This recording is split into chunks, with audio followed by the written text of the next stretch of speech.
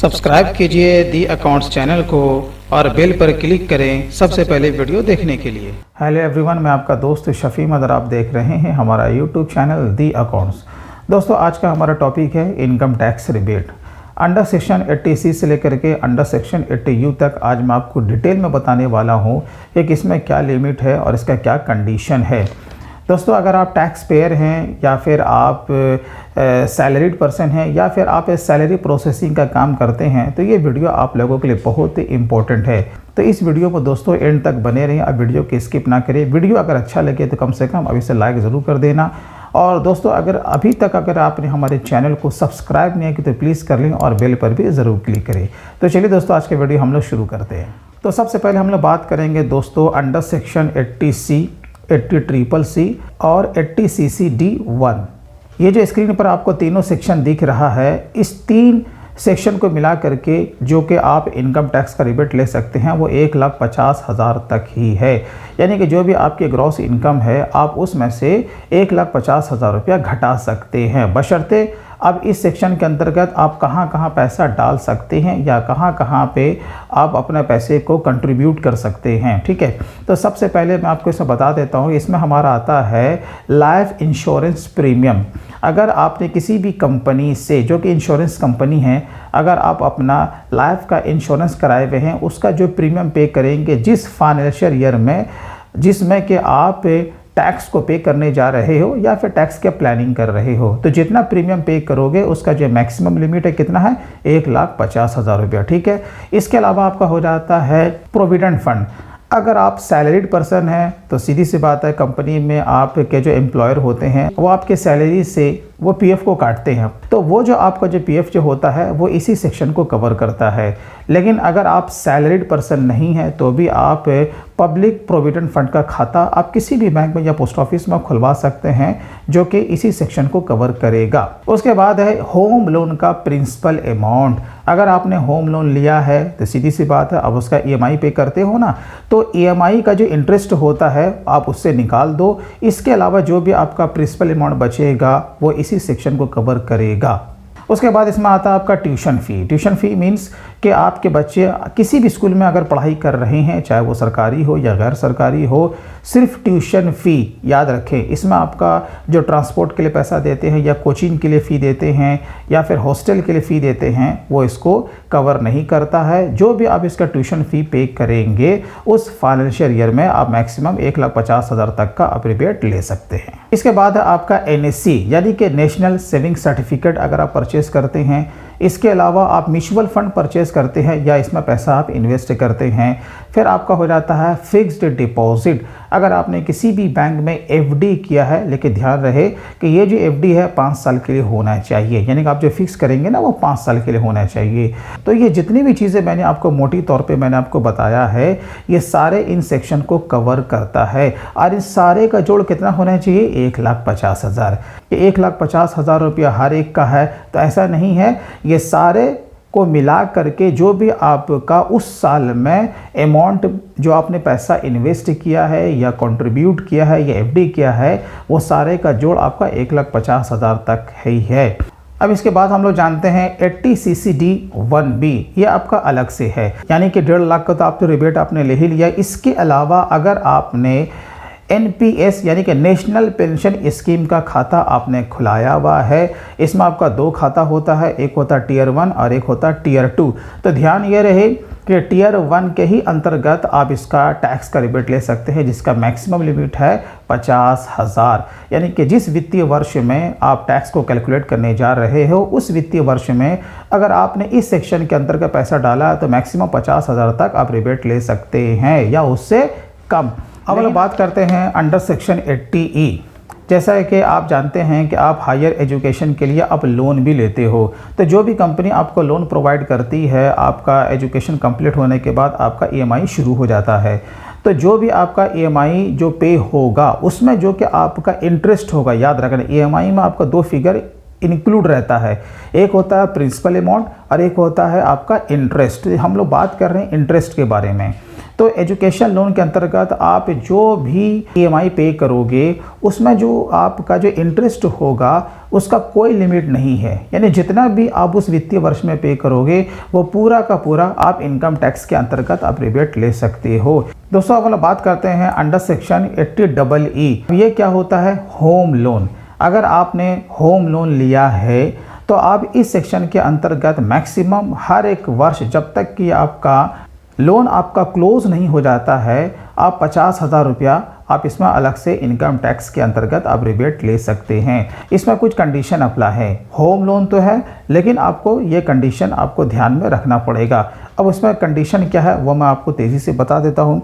सबसे पहला कंडीशन ये है कि जो भी आप जो प्रॉपर्टी परचेस कर रहे हो उसका जो वैल्यू है 50 से कम होना चाहिए, उससे ज़्यादा नहीं होना चाहिए।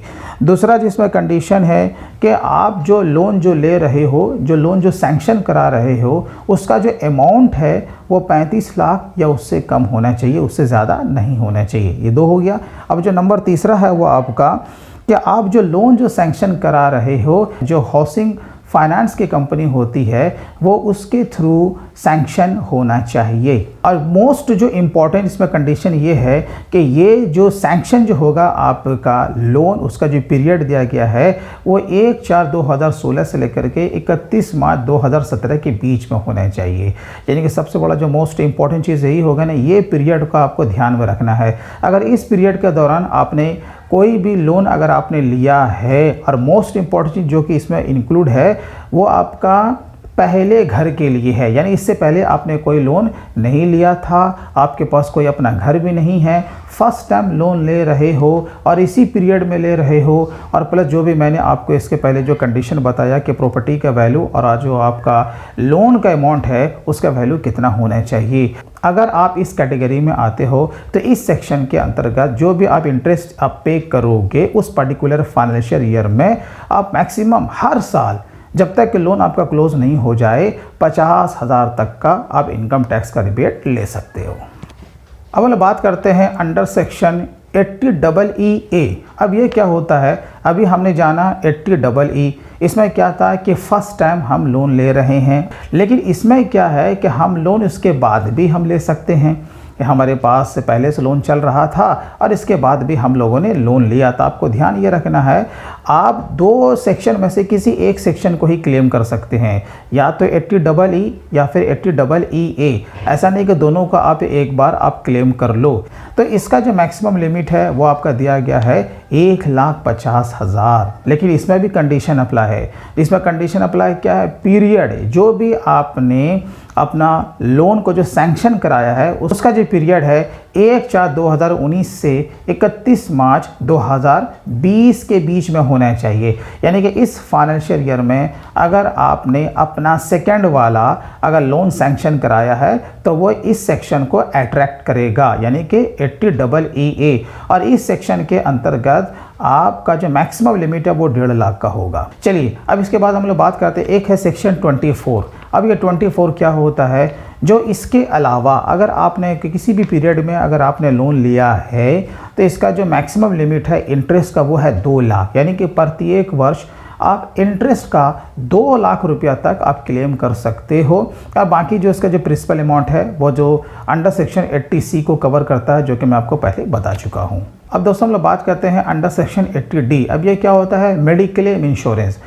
अब अगर आपने मेडिक्लेम इंश्योरेंस अगर लिया हुआ है, वो किसी भी कंपनी में हो, वो आपको जो फर्स्ट प्रीमियम की रिसिप्ट की कॉपी देते हैं उसमें सेक्शन साफ साफ लिखा रहता है। इसमें आपको इधर उधर जाने की ज़रूरत नहीं है। तो इसका मैक्सिमम लिमिट क्या है याद रखिएगा, जो कि सीनियर सिटीजन में नहीं आते हैं, जो कि 60 साल से कम है, तो इसका जो मैक्सिमम लिमिट दिया गया है वो आपका दिया हुआ 25,000, यानी आप खुद के लिए भी 25,000 का क्लेम कर सकते हो, और जो आपके जो माता पिता हैं अगर आपने उसके लिए भी मेडिक्लेम का इंश्योरेंस लिया है तो अलग से आप उनके लिए भी क्लेम कर सकते हो। यानी कि आप और आपके पेरेंट्स, यानी कि 25 कितना हो गया? 50,000 रुपया। ये मैक्सिमम लिमिट दिया गया है। अगर इससे कम होता है तो फिर जितना आप प्रीमियम पे करोगे आप उतना ही इनकम टैक्स का रिबेट लोगे। ठीक है।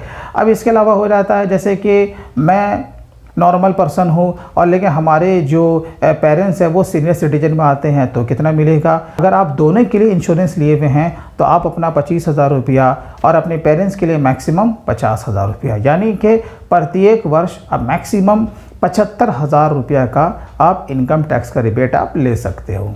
अब दोस्तों हम बात करेंगे सेक्शन 80DD। अब ये क्या होता है, देखिए अगर कोई टैक्स पेयर है, उसके घर में कोई विकलांग है या कोई आश्रित है जिसे कि डिपेंडेंट कहते हैं, तो वो टैक्स पेयर इनकम टैक्स में रिबेट ले सकता है। तो सबसे पहला इसमें कंडीशन यह है कि डिसएबिलिटी का जो उसके पास जो सर्टिफिकेट उस पर यह मेंशन है कि इसका डिसएबिलिटी का परसेंटेज कितना है। तो वो जो आश्रित है उसका जो परसेंटेज जो दिया गया है सर्टिफिकेट में वो 40 से ऊपर लेकिन 79 तक, यानी 80 के ऊपर नहीं है, ठीक कह रहे हैं, 40 to 79% के बीच में है, तो वो इसके अगेंस्ट में 75,000 का प्रत्येक वर्ष का क्लेम कर सकता है, ठीक है। लेकिन अगर 80 से ज़्यादा हो गया तो 1,25,000 तक का वो इस सेक्शन के अंतर्गत वो इनकम टैक्स का रिबेट ले सकता है। लेकिन सिर्फ ऐसे ही नहीं, अब उसके मेंटेनेंस के, उसके रख रखाव पे जो उसने खर्चा किया है, तो उसके ऊपर जो भी उसने खर्चा किया है उसके अगेंस्ट में उसे बिल प्रोड्यूस करना पड़ेगा।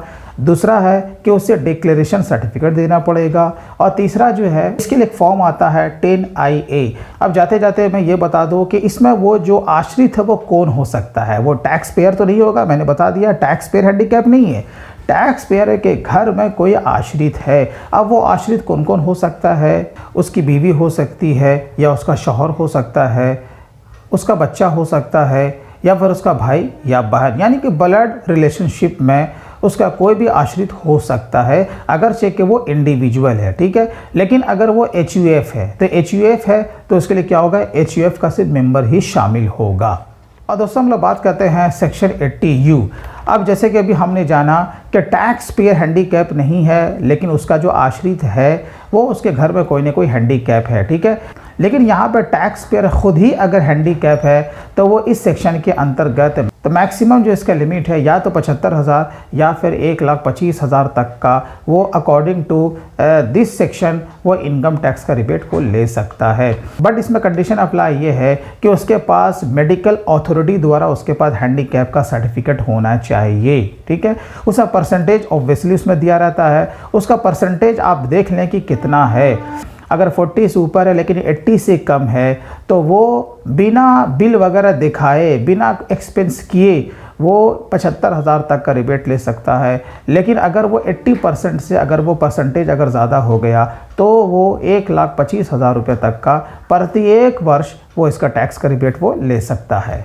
और जैसा कि मैंने कहा कि इस सेक्शन के अंतर्गत उसे किसी भी तरह का डॉक्यूमेंट्स वर्क करने की ज़रूरत नहीं है। टैक्स पेयर खुद ही हैंडीकैप है और उसके पास विकलांगता का सर्टिफिकेट है। तो दोस्तों ये सारे सेक्शन के अंतर्गत इनकम टैक्स रिबेट आते हैं जो कि हमारे ग्रॉस इनकम को कम करते हैं। जो भी हमारी ग्रॉस इनकम है उसमें से इस सारे सेक्शन के अंतर्गत जितना भी हमारा मैक्सिमम लिमिट बनता है, अगर हमने उतना पे किया है या उतना खर्चा किया है या पैसा इन्वेस्ट किया है, तो हम अपने ग्रॉस इनकम से क्या करते हैं, सारे को घटा देते हैं। घटाने के बाद जो कि हमारा फाइनल जो इनकम बनता है वही हमारा टैक्सेबल इनकम कहलाता है और उसी पे हमें टैक्स को कैलकुलेट करके गवर्नमेंट को पे करना होता है।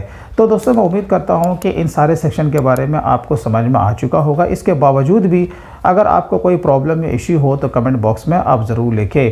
और दोस्तों अगर आपको कोई इंपॉर्टेंट फाइल या नोट्स वगैरह चाहिए वो वीडियो के डिस्क्रिप्शन में है, आप वहाँ से सिंपल वे में आप उसे डाउनलोड कर सकते हैं। तो दोस्तों फिर मिलते हैं किसी दिन किसी नए टॉपिक के साथ, तब तक take care and bye bye.